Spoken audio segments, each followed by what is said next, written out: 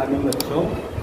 आज से हम नया चैप्टर नया टॉपिक शुरू करने चल रहे हैं, कैपेसिटर्स एंड द डाइइलेक्ट्रिक।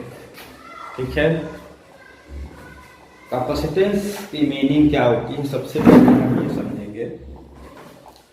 ठीक है, कैपेसिटेंस का मतलब ही होता है कि कोई कंडक्टर की एबिलिटी क्या है कि वो चार्ज कंटेन कर सकता है, मतलब मैक्सिमम चार्ज कितना कंटेन कर सकता है कोई कैपेसिटर, वो बताता है कैपेसिटी। ठीक है, तो हम कैपेसिटेंस को डिफाइन कर सकते हैं कि ability to store the electric charge by a conductor is known as the electrical capacitance of that conductor. ठीक है, ये हमारा होता है कैपेसिटी। बहुत सीधा सा मतलब है कि अगर किसी कंडक्टर को हम चार्ज देते हैं, चार्ज करते हैं, तो उसका पोटेंशियल क्या होगा, इंक्रीज होगा। ठीक है, तो कहने का मतलब ये हो गया कि किसी चार्ज को, किसी कंडक्टर को अगर हम चार्ज Q देते हैं, it be directly proportional to V। Charge Q देंगे, पोटेंशियल उसका क्या करेगा, राइज करेगा। जितनी ज्यादा चार्ज देंगे उतना ज्यादा पोटेंशियल राइज करेगा। ठीक है, तो ये प्रोपोर्शनल होता है और यहीं पर एक प्रोपोर्शनलिटी कांस्टेंट आता है, Q is equal to C into V। और ये प्रोपोर्शनलिटी कांस्टेंट C है, इसी को हम लोग कहते हैं कैपेसिटेंस। ठीक है, ये कहलाता है कैपेसिटेंस।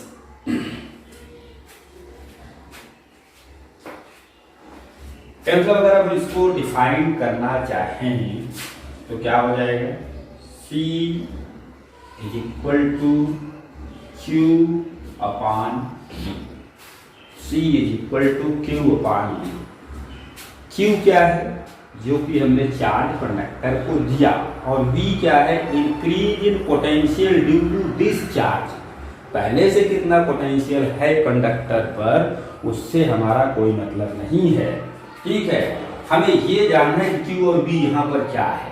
Q हमने जो कंडक्टर को चार्ज दिया, पहले से है कुछ, उससे नहीं मतलब है, और इस चार्ज के कारण उसका पोटेंशियल जो इंक्रीज हुआ वो V है। देन गिवन चार्ज और इस पोटेंशियल V का जो रेशियो होगा उसके कैपेसिटेंस के इक्वल हो जाएगा।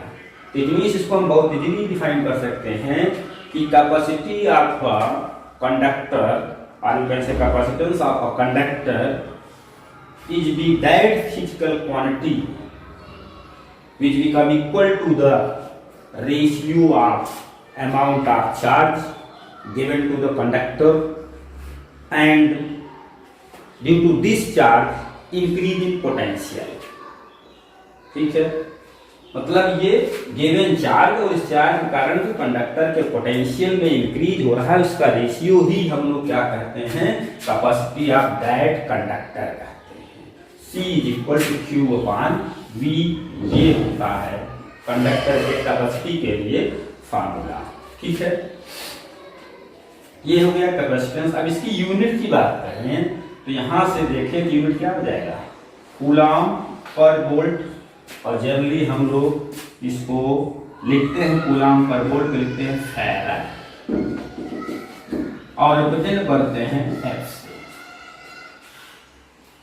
ठीक है, ये हमारा होता है कैपेसिटेंस का सिंपल सा meaning. Capacitance means capacity to hold the charge by a conductor is known as the capacity. ठीक है, अब हम लोग देखेंगे कि कोई आइसोलेटेड स्फेरिकल कंडक्टर है तो हम उसको कितना चार्ज दे सकते हैं। It means capacitance of an isolated spherical conductor.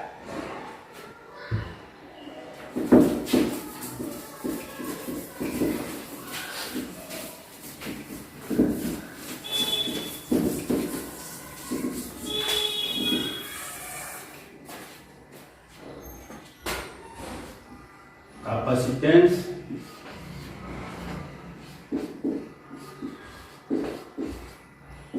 of an isolated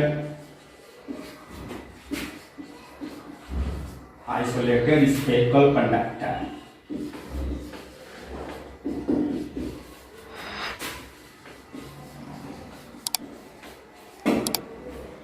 isolated मतलब जो अदर कंडक्टर से आइसोलेट हो, अलग हो, और इस कंडक्टर को कितना ज़्यादा से ज़्यादा हम चार्ज दे सकते हैं या उसकी कैपेसिटी क्या है, ये चीज़ हम फाइंड करना चाहते हैं।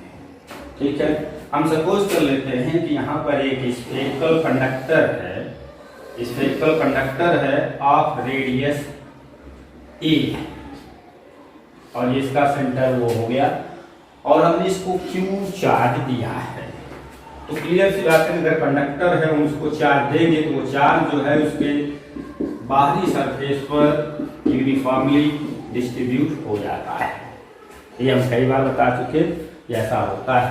ठीक है, अब ड्यू टू दिस चार्ज इसके सरफेस पर कोई एक पॉइंट ले लें, इसके सरफेस पर पोटेंशियल क्या हो जाएगा, तो इसका फॉर्मूला हम लोग पढ़ चुके हैं कि V इक्वल टू होता है 1/4 pi epsilon naught Q upon R, और R यहाँ पर हमने ले लिया है A रेडियस कंसीडर किया है, V इक्वल टू हो जाएगा 1/4 epsilon naught Q upon A। ठीक है, मतलब हमने चार्ज Q दिया और उसका पोटेंशियल V हो गया। अब हमारा डेफिनेशन कहता है कैपेसिटेंस का, Q अपॉन V ही क्या होता है, कैपेसिटेंस ऑफ दैट कंडक्टर होगा, तो यहाँ पर हमें Q अपॉन V फाइंड करना है। तो Q को हम इधर ले आए कि हो जाएगा V upon Q is equal to 1/4 pi epsilon naught A। ठीक है, अब इसी को हम रेसिप्रोकल कर दें कि हो जाएगा Q upon V is equal to 4 pi epsilon naught A। And you know that Q upon V ही को हम लोग क्या कहते हैं, C capacitance of that conductor, और यहाँ कंडक्टर हमारा आइसोलेटेड स्फेरिकल कंडक्टर है।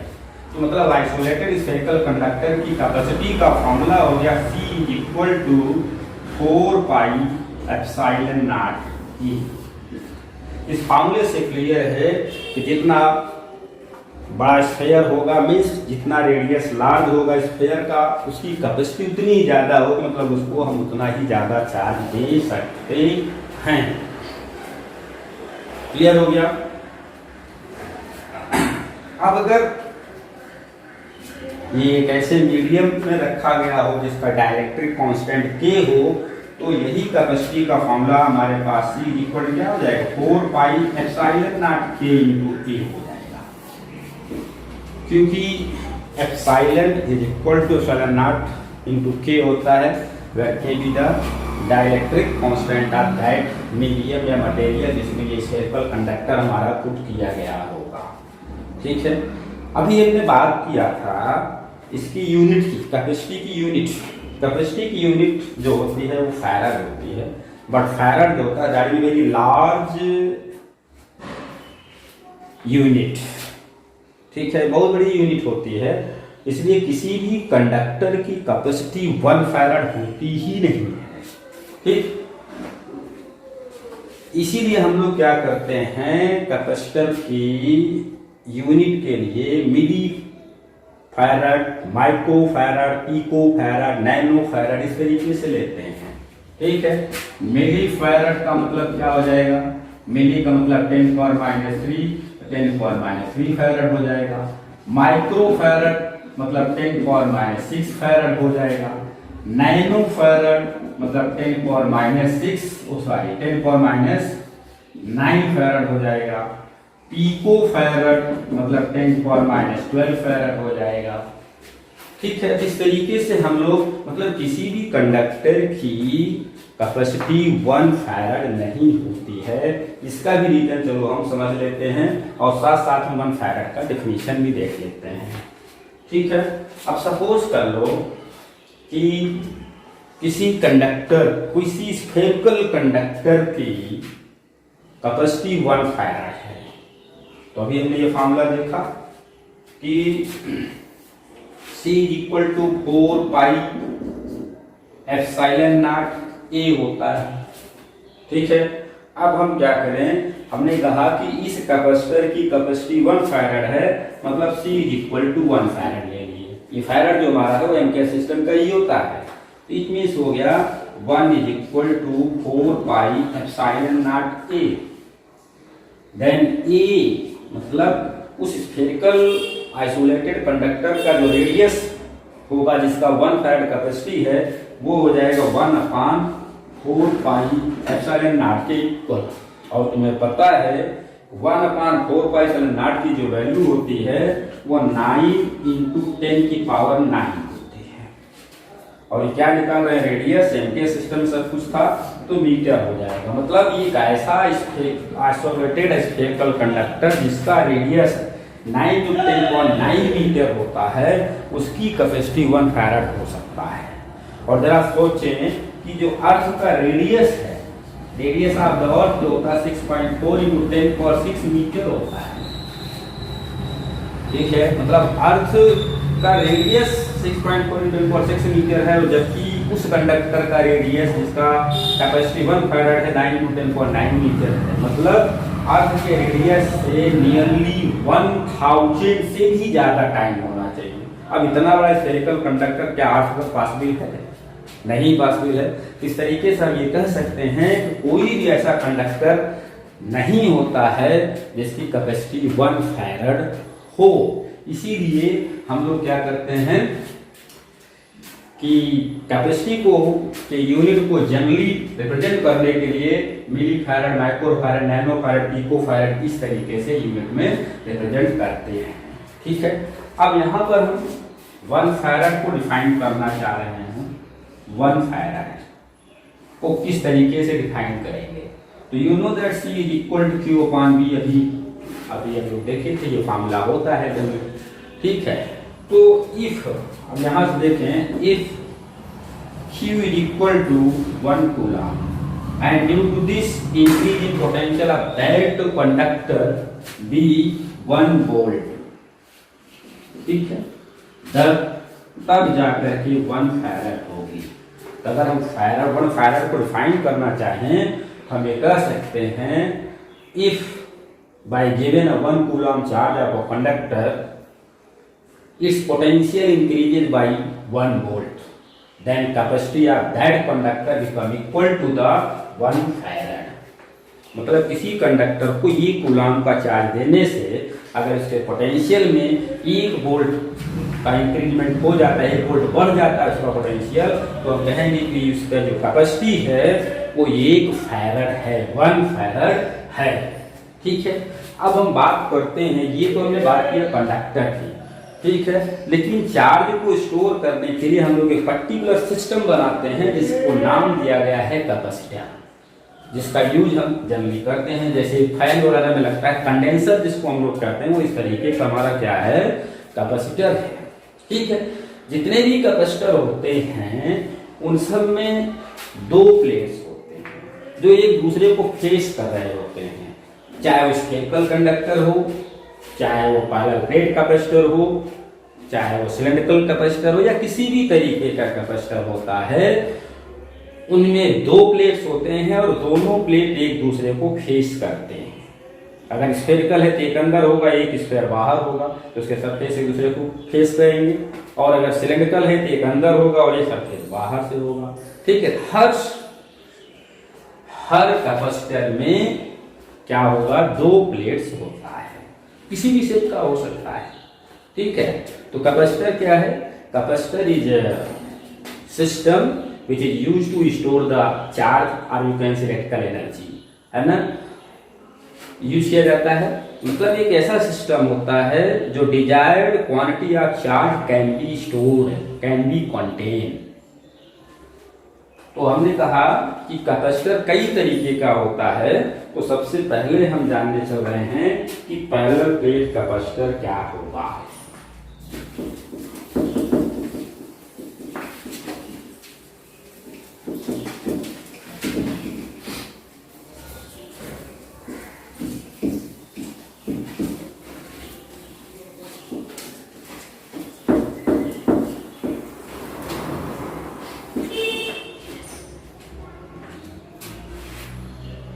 पहले तो हमने तुम लोग को बताया कैपेसिटर क्या होता है।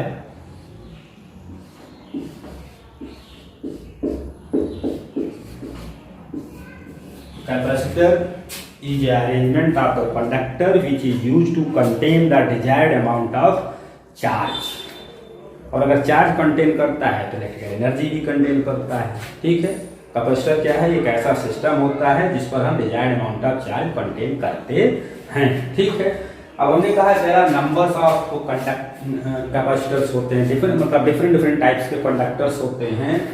ठीक है, और हर एक कंडक्टर में 2 प्लेट होता है। तो हम बात करते हैं पैरेलल प्लेट कैपेसिटर की।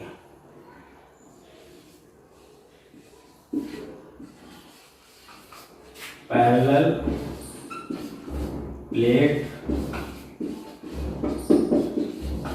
कैपेसिटर की।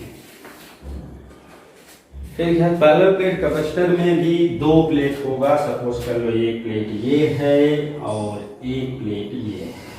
इस तरीके से दोनों प्लेट एक दूसरे को फेस कर रहे हैं। ठीक है, इन दोनों प्लेट में से हम एक प्लेट को अर्थिंग कर देते हैं, अर्थ से कनेक्ट कर देते हैं, और एक प्लेट को हम चार्ज करते हैं। सपोज करो इस पहले वाले प्लेट को पॉजिटिवली चार्ज करते हैं, पॉजिटिव चार्ज दे देते हैं, तो क्या होगा, ड्यू टू इंडक्शन,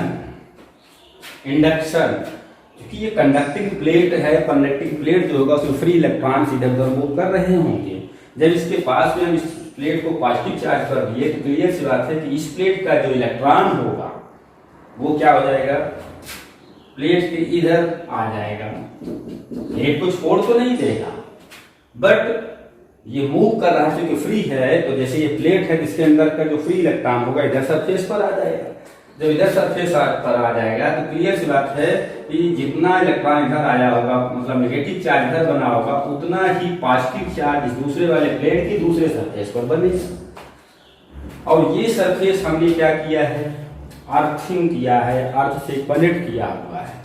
ठीक है, और अर्थ जो हमारा होता है ये युग कंडक्टर है, बहुत बड़ा कंडक्टर है। इसको हम चाहे इतना चार्ज दे दें और चाहे इतना चार्ज इससे ले लें, कोई फर्क नहीं पड़ती, क्योंकि इसकी कैपेसिटी जो होती है वो इनफाइनाइट होती है, हम कह सकते हैं। ठीक है, बहुत ज्यादा होती है इसकी कैपेसिटी, इसलिए इसको चाहे जितना चार्ज दे दें और चाहे इतना चार्ज ले लें।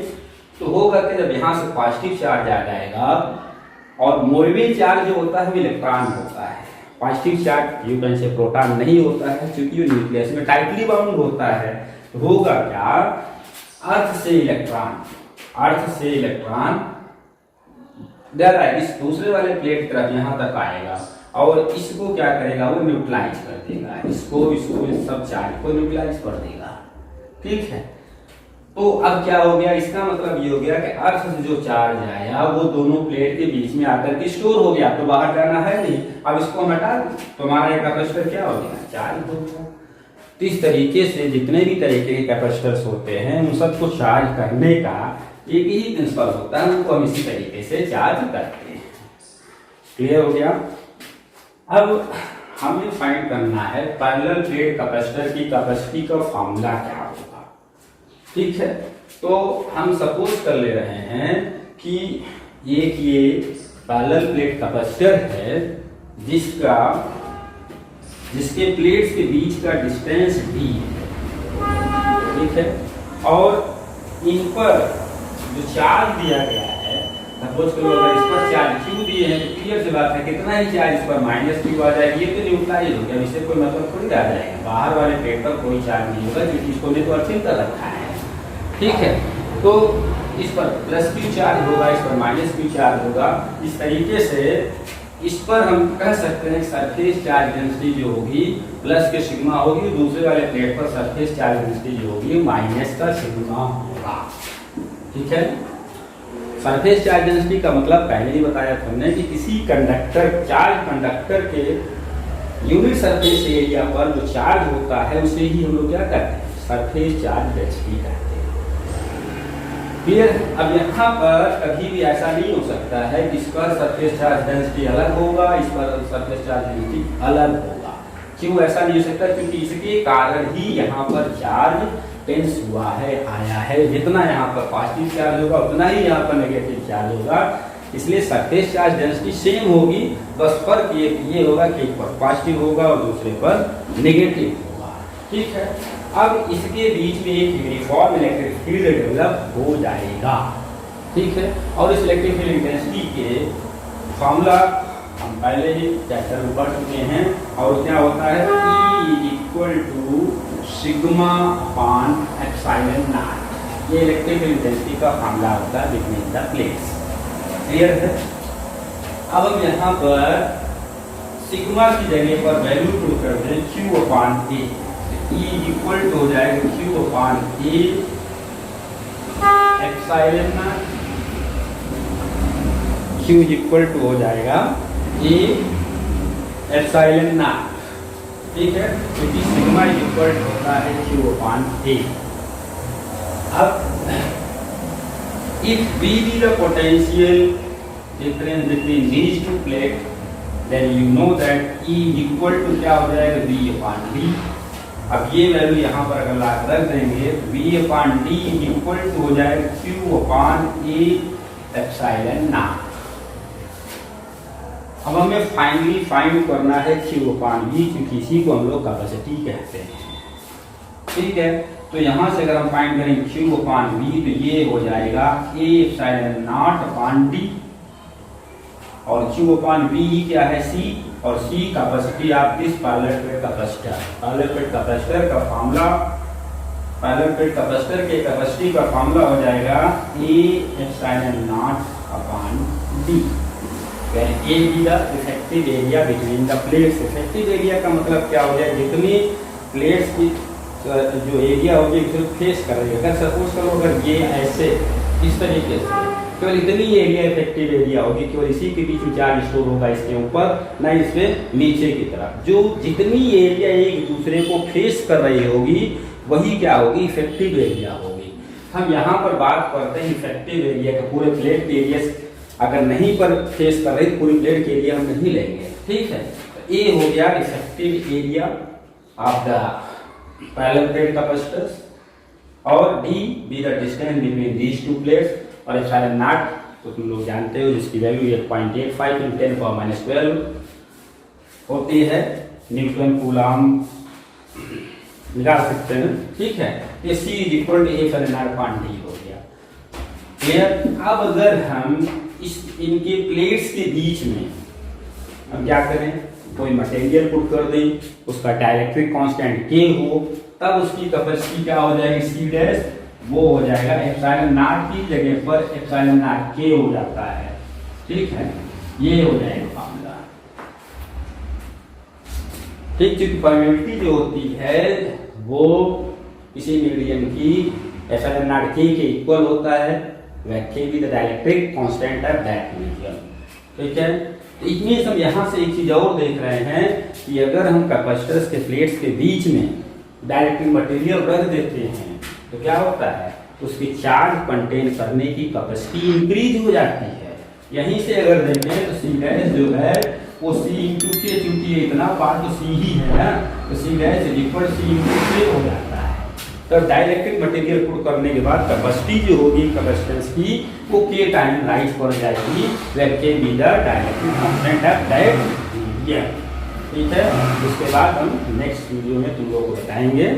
आशा करते हैं कि जो मैंने बताया वो समझ में आया होगा, तो लाइक करो, शेयर करो। Thank you.